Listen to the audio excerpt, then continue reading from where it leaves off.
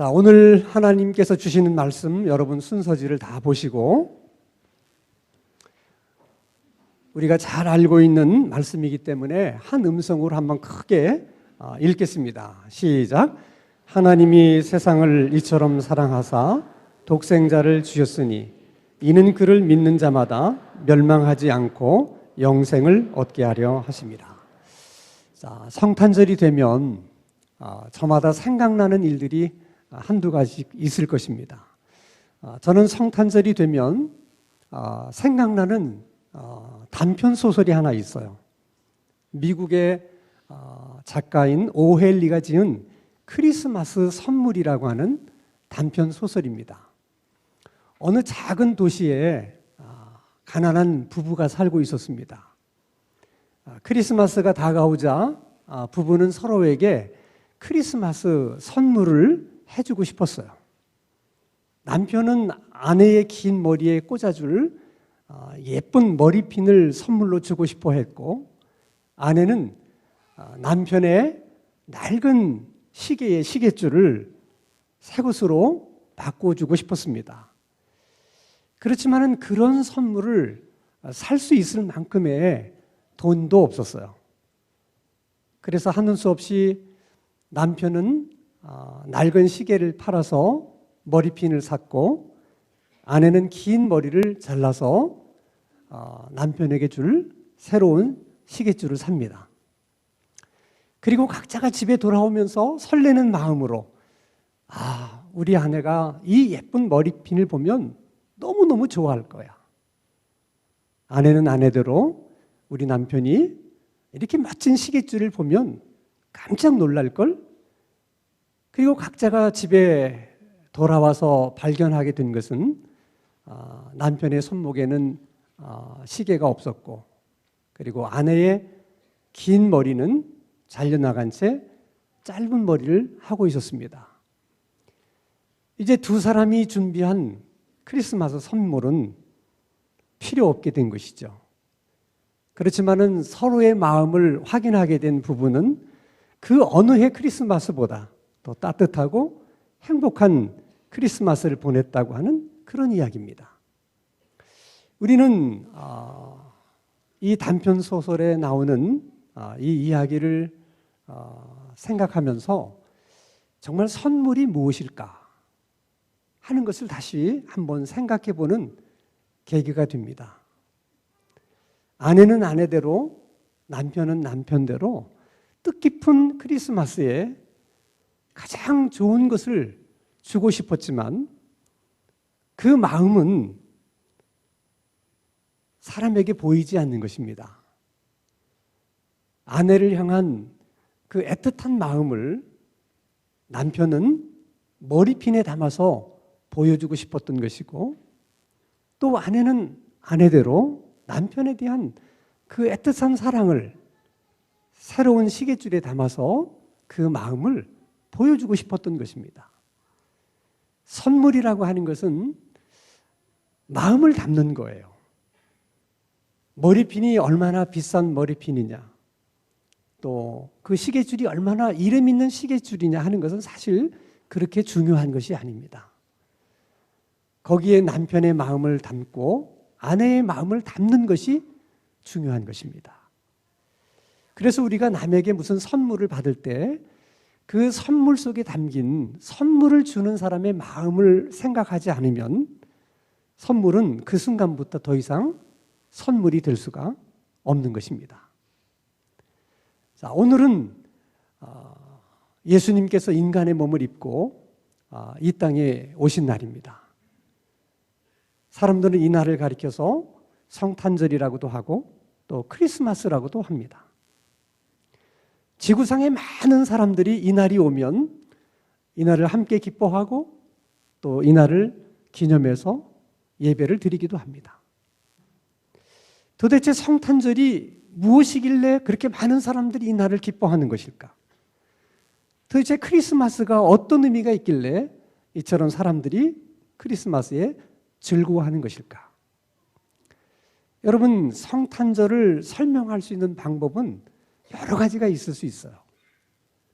그래도 가장 쉽게 설명할 수 있는 것이 하나 있는데 성탄절은 하나님의 선물이다. 이렇게 설명하는 것입니다. 한번 따라서 하겠습니다. 크리스마스는 하나님의 선물이다. 오늘 우리가 읽은 요한복음 3장 16절에 보면 하나님이 세상을 이처럼 사랑하사 독생자를 주셨으니 그렇게 말씀하십니다.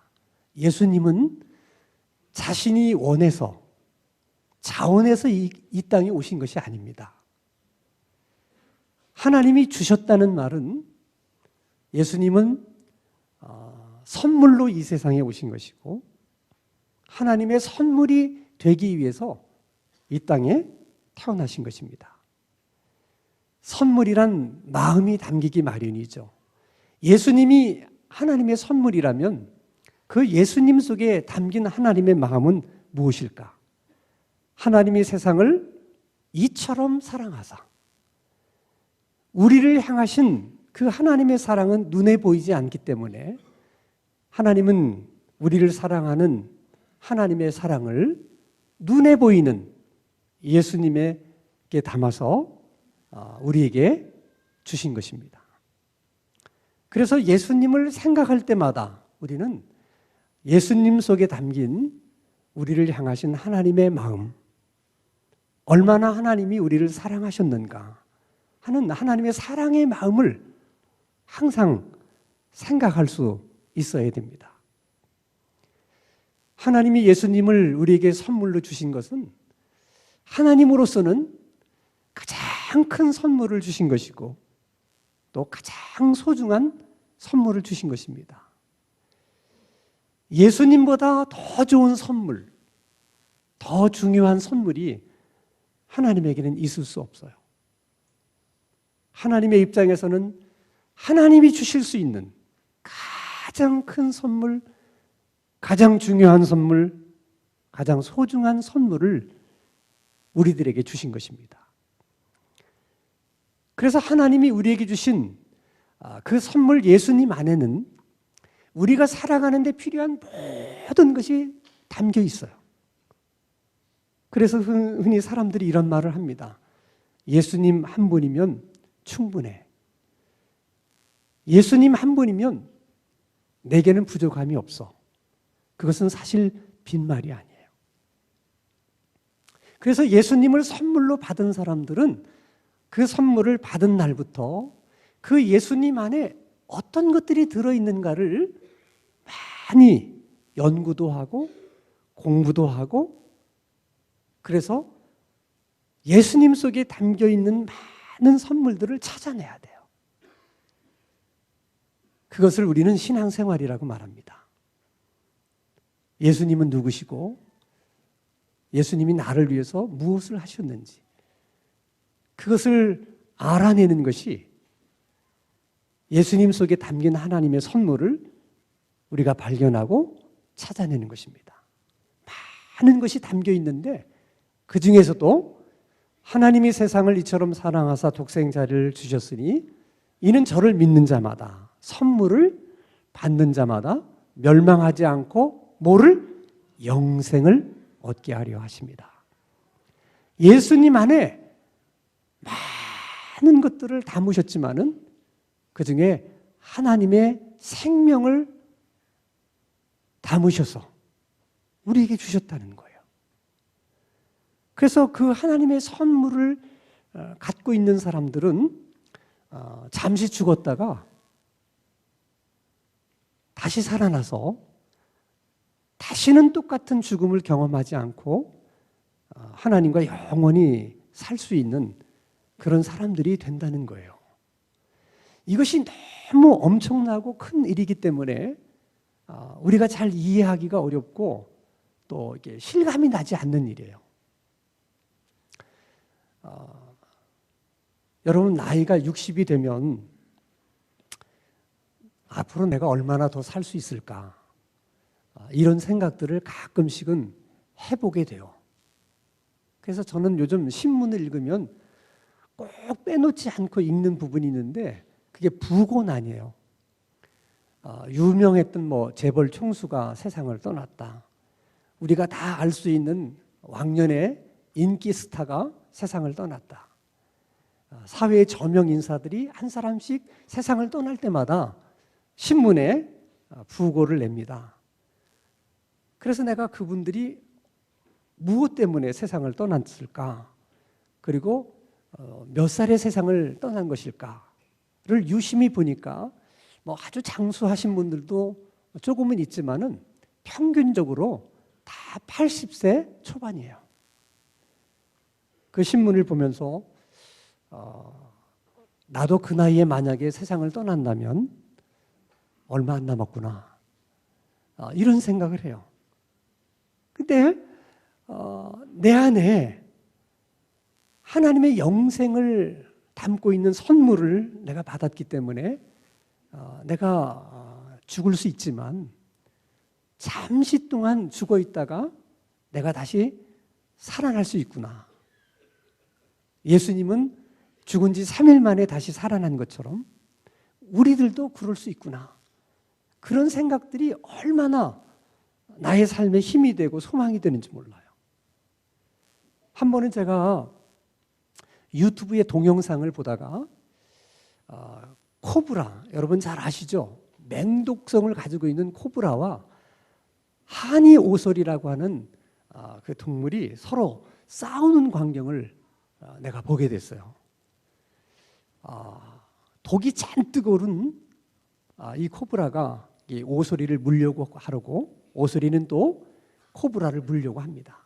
엎치락 뒤치락 한참 동안을 싸우다가 드디어 오솔이가 코브라의 목을 물었어요.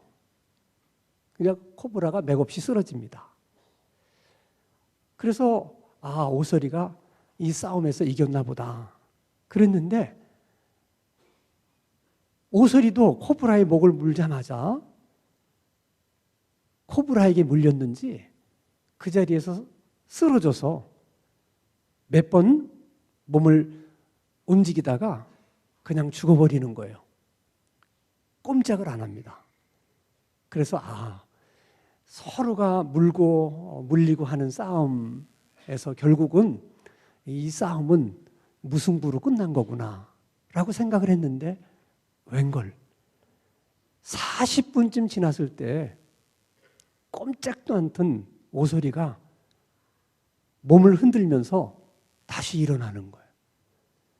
그리고 언제 그랬냐는 듯이 자기가 물어서 죽인 그 살모사를 먹는 거예요. 저는 그 광경을 보면서 문득 그런 생각을 하게 됐어요. 인간이 왜 죽게 됐을까? 그것은 에덴 동산에서 뱀이 하와를 유혹하죠. 그 뱀의 배후에는 마귀가 있었습니다. 그 유혹에 넘어가는 순간이 마귀가 하와를 꽉 물은 거예요. 하와를 물자마자 죄라고 하는 독이 퍼지면서 그때부터 인간이 다 죽는 것입니다. 그 독에 대한 반응하는 속도가 사람마다 다 다르기 때문에 어떤 사람은 50에 죽고 어떤 사람은 60에도 죽고 어떤 사람은 80에도 죽지만 어차피 물렸기 때문에 그 독이 퍼지면 다 죽게 되는 것입니다.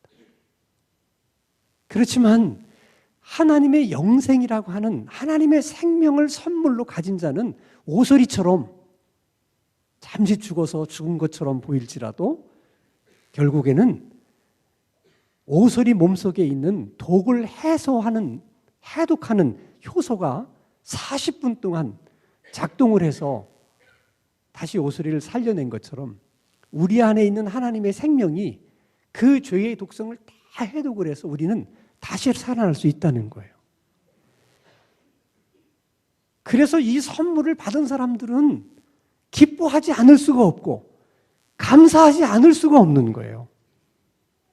그래서 성탄절이 될 때마다 우리는 우리에게 그 귀한 선물을 주신 하나님께 감사하고 예배하면서 그리고 또 한 번 우리 안에 그 선물이 있는가를 확인해 보는 거예요. 성탄절 날마다. 혹시 여러분 가운데 목사님, 저는 교회를 오래 다녔는데 뭐 그 선물을 안 받아서도 그냥 받은 걸로 치면 안 됩니까? 그런 생각을 하시는 분이 있을지 모르겠어요. 선물을 받은 것과 받은 것으로 치는 것은 전혀 다른 문제예요. 바라기는 여러분, 교회는 오래 다녔지만 하나님이 우리에게 주신 이 너무나도 큰 선물, 이 소중한 선물을 아직까지 받지 않으신 분이 계시다면 2019년 성탄절 날 아침에 꼭 그 선물을 받을 수 있기를 바랍니다. 그래서 오늘 성탄 예배를 이 자리에서 드리는 우리들 가운데 한 명도 정말 빠지는 사람 없이 천국에서 똑같이 다시 한번 만날 수 있게 되기를 주님의 이름으로 축원합니다.